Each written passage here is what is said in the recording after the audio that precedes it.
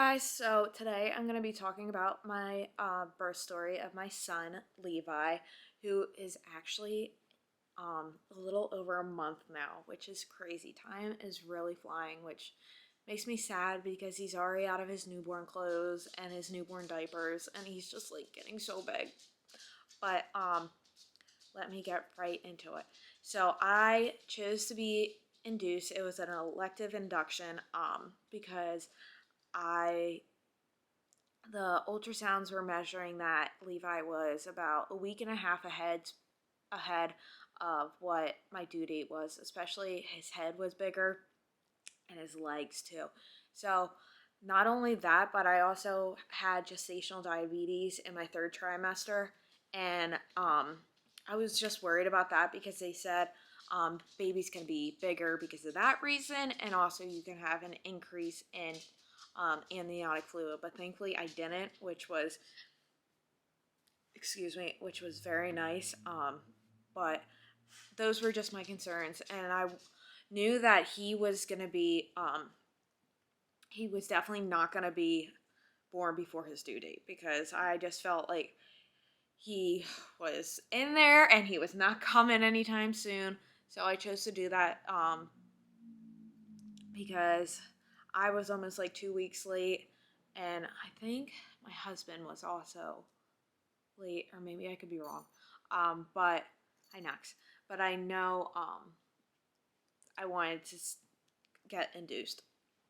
So my doctor was okay with that. We talked about that at my 37-week appointment, and she said that the hospital would be calling me within a couple of days to schedule my induction.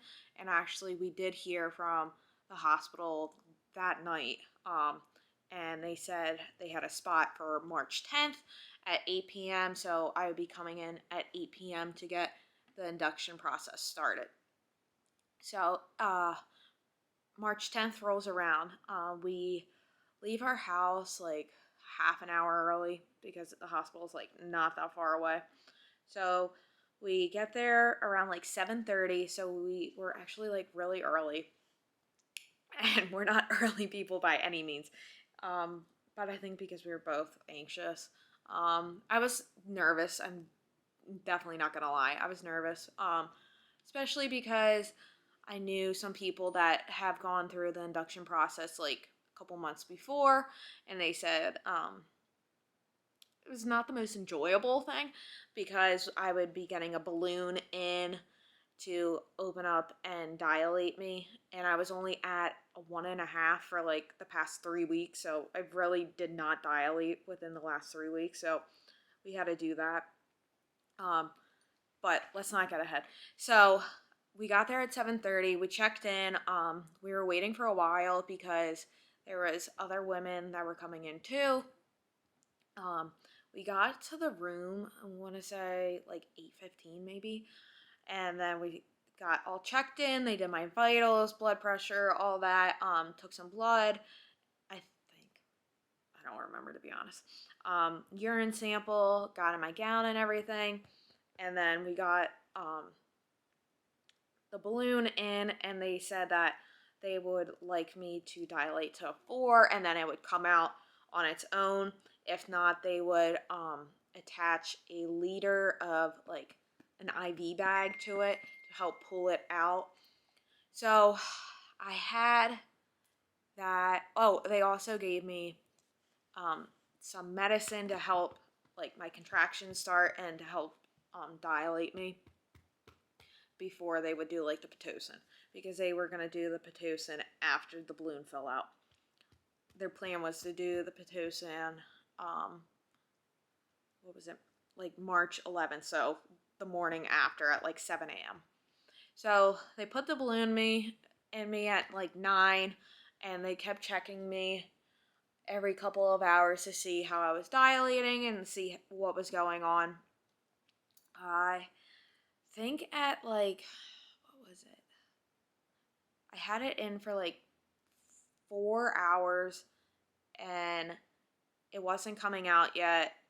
Like, they have you walk around, so I was walking around the halls in my room, bouncing on the ball, sitting in the bed, just moving around, trying to get my body in like active labor and dilating.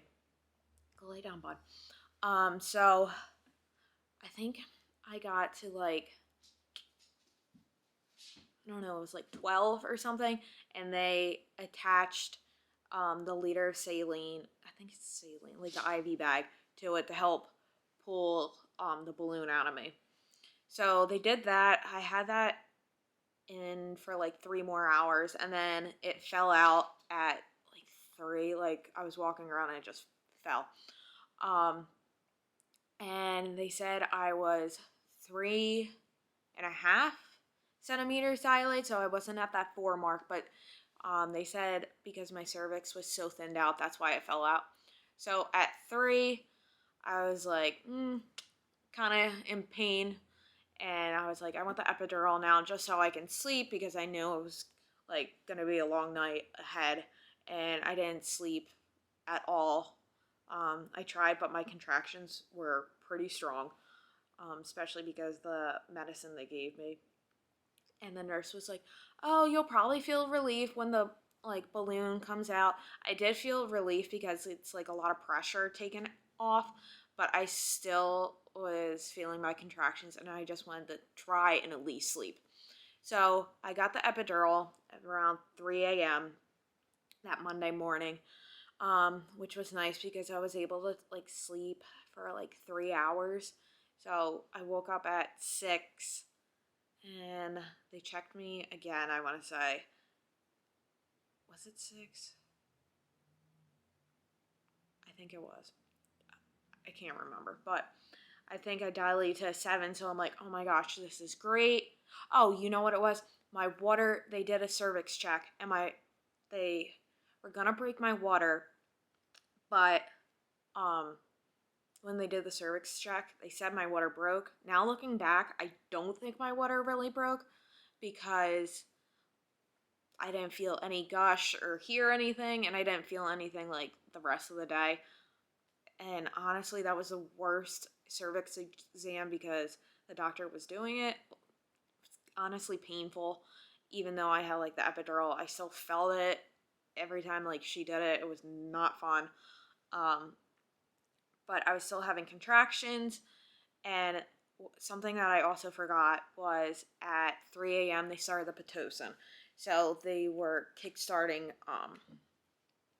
like the labor to help me dilate a little bit faster because my body was having a hard time dilating.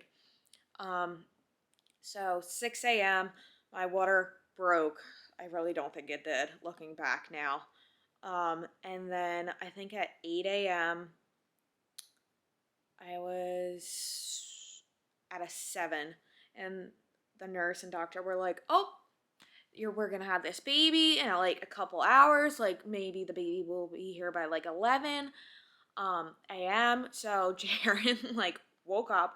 He called my mom, who was actually at our house watching our dogs, and he called his mom, my dad, and his grandmother. My mom got there like in no time. She was there by like 9 o'clock, and his grandma, his mom, and my dad got there at like 11, because we're like, oh my gosh, this baby's coming, like it's happening. I was at like a 7.5. I was like, oh my gosh, like this is happening quick. And like I woke up to that. I was like, oh my gosh, like I'm not prepared. Well, that did not happen. 11, 12,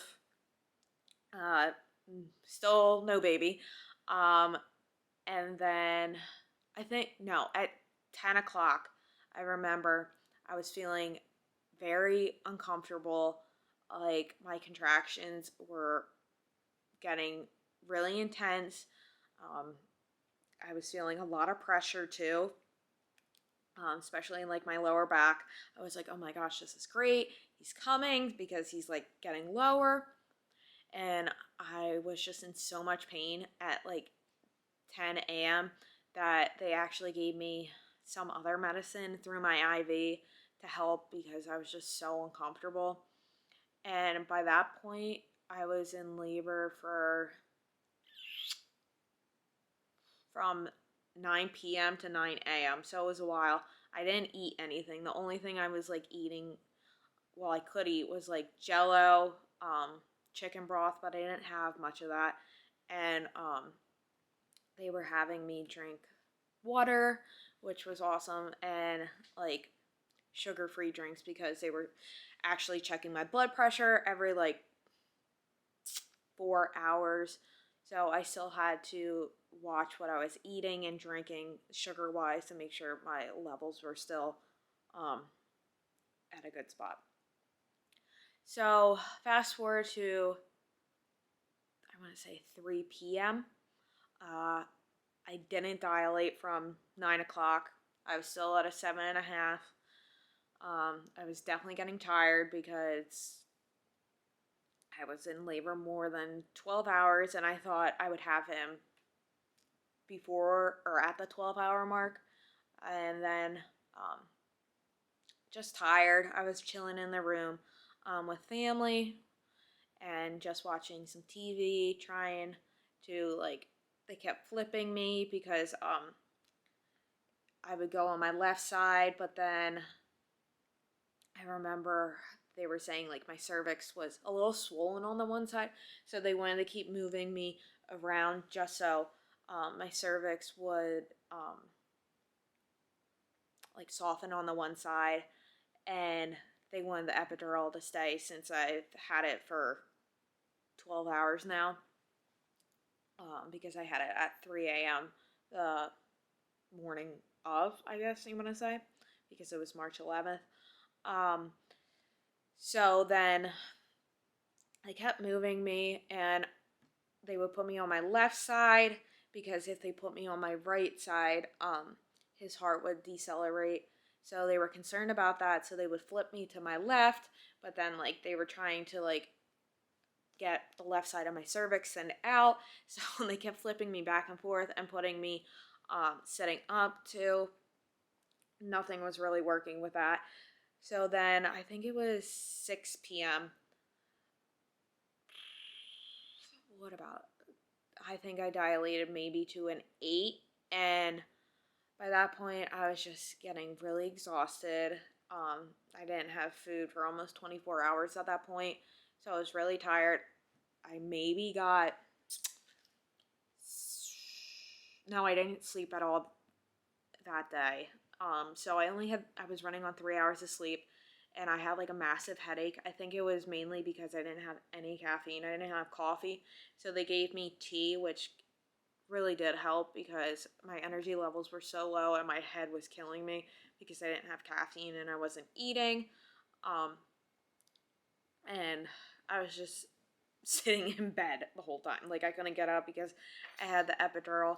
So then, fast forward to 9 p.m. I was in so much pain. It was at the 24-hour mark, and I was like, when is he coming? I thought he was going to be, the nurse and doctor were saying that he was going to be here by like 11 a.m. I was in so much pain. My lower back was really bad, and then my left side really hurt. I was getting like sharp pains on my left side, and in the middle of like my shoulder blades, that was the worst pain. I don't know what it was. I don't know if it's just because my body was so fatigued or what was going on and why I was in that much pain in my shoulders. But they tried to keep flipping me to try and get him to come down more because I want to say at a 9 at that point. And sorry, my memory card got full, so I had to delete some stuff. So 9 p.m. I was in so much pain. They had the anesthesiologist come back in because I was like, I'm in so much pain, like everything hurts.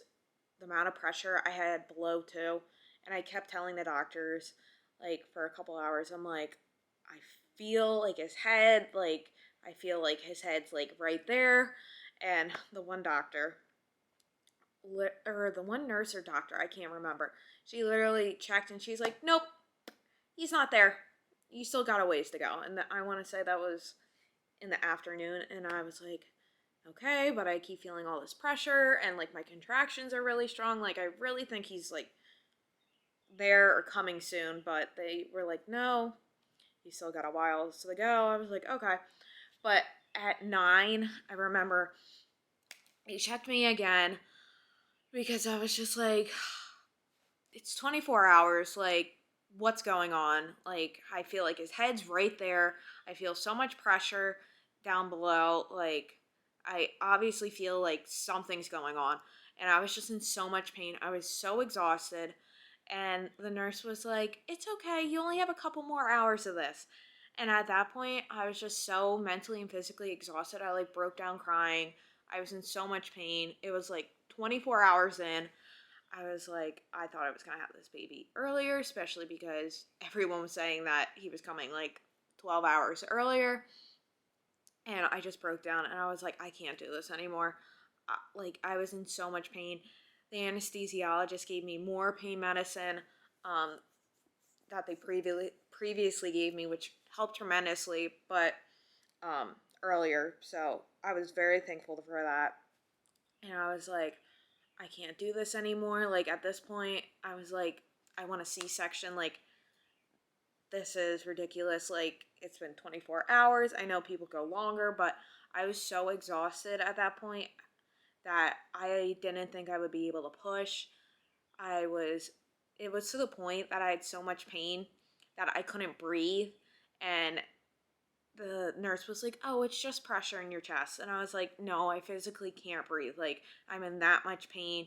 I was crying. Like, whichever way they would, like, turn me in the bed, like, nothing was helping. And my cervix was still swollen on the one side. And I didn't dilate, I'm going to say, for, like, 6 hours. Like, every 6 hours, I would, like, dilate a half a centimeter. And they were like, oh, well, you're still progressing. That's considered progressing. And I was, like, really defeated because I thought I would progress a little bit faster than a half a centimeter every 6 hours. But clearly that didn't happen. My body didn't want to. So at that point, I was like, I want a C-section. And the one doctor was like, well, it's not an emergency, so I don't know if your doctor will allow that. And like, you're almost there. You're at like a 9 at this point, but I'll go get the doctor and see what they say. And I was just like, this is ridiculous. Like, that doctor and the nurse weren't listening to like what I was feeling, and they were just pushing it off like, oh, it's just pressure, like, you're not in pain. And I just felt really defeated, especially because it was my first birth and I thought it was going to go way different. And I thought the nurse would be a little bit more understanding, and they're like, oh, you're just a first time mom, like, brushing it off like that. And it was just really defeating because I was just in so much pain and they were kind of brushing it off. And I was like, well, I don't know. It, looking back, like, it just makes me so upset that, like, they weren't truly listening to what, like, I was saying, or like Jaren was saying. Like, they and my mom, like, we were all concerned because I was in so much pain, even with the epidural and 2 rounds of medication. Like, and like, my body just was not. My body wasn't progressing, and they were just like, oh, like, it's just gonna be a couple more hours, like, you can do it. And I was like, I really just can't do it. Like, it was at like 10 o'clock. My doctor came in, and praise her, she is amazing. And I'm so thankful that, like, my mom and Jaren advocated for me because I was just so tired and so much in pain and so frustrated and like upset that they like advocated for me to like some of the nurses and doctors, because I was getting like so upset and beating myself up because they were like, oh, like, you're fine. When at the end of the day, I went and had like a 28-hour labor, and it was just ridiculous. But so my doctor came in and she's like, if you want a C-section, we can do a C-section. She's like, you you progress, but obviously you're not progressing as much. And like, she said I was at a 9.5 before like we called a C-section, and I was thinned out, but his head his head wasn't totally where it needed to be. He wasn't down all the way, so it would have been a lot longer if I would have kept going naturally, not naturally, but if I would have kept going on. So we decided to do a C-section. They gave me more epidural and I don't know what other stuff, other medication for the C-section. They prepped me for that. They prepped Jaren for that. I was honestly very nervous because at that point I wasn't planning on having a C-section. I wasn't against it, but I didn't go in there thinking I was going to have a C-section. So we got all gowned up. This was like 11, I want to say.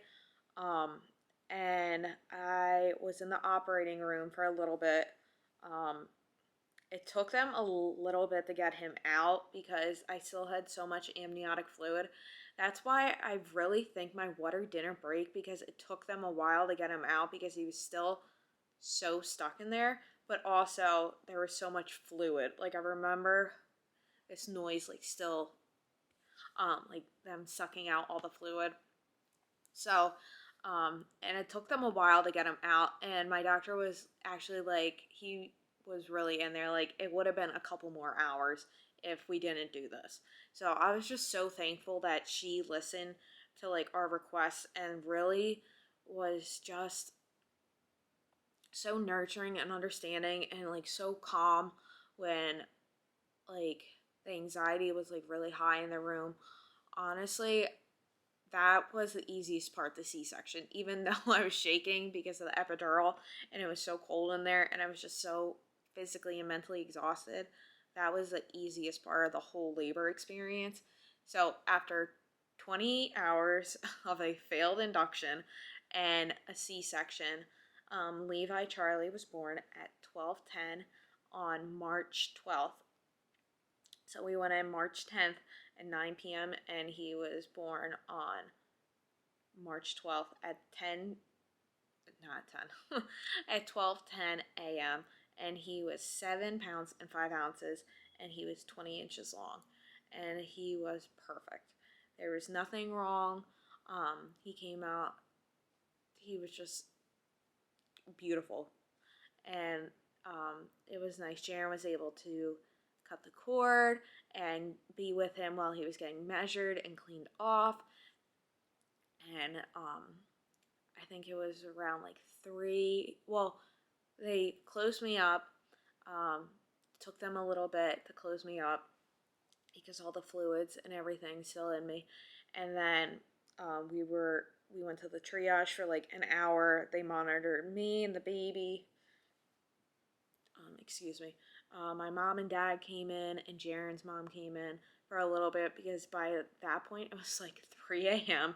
We were all exhausted, and they were all at the hospital since like 9 or 11 that morning. So they were there a while. So I was very thankful that I had all of them there to support us. And they were able to see little Levi for a couple minutes before they left to go home. And then at 4, we were able to go up to our postpartum room, and that was the first time we ate since like a real meal since like 7 p.m. on the 10th. So I was so hungry, and they were like, you need to like slow down because you might get sick because you haven't eaten in so long. But I was just so hungry. I was exhausted because I got 3 hours of sleep since the 10th. So I was going on like, I don't even know how long of no sleep. Jaren didn't sleep really either, so we were exhausted. So they recommended that Levi would go to the nursery for a little bit just so we could sleep and I could recover a little bit. So he went to the nursery. We got, I got 3 hours. I want to say 3 or 5 hours of sleep, maybe. And they kept like coming in to check on me, especially to check to see if I was bleeding. which everything turned out well. And now we have a 1 month old, which is crazy. I can't believe it's gone by this fast. It seems like yesterday I gave birth, and honestly, like, I'm just so happy. We're both healthy. I'm so happy that Jaren was able to take time off of work and be with us. Um, and have family surrounding us. It just was, honestly, I'm just so very thankful for all our family and friends that have been there for us, especially throughout those long couple of days because I was in the hospital for 4 nights, and then we went home on the 14th because the C-section we had to stay 2 nights of minimum. Um, and they were like, "Oh, you can stay a third night," but I was like, "Nope, I'm done. I'm ready to go home," especially because I was there for a while because of induction. But thank you for watching. Make sure you like, comment, and subscribe, and I'll see you in my next video. Bye.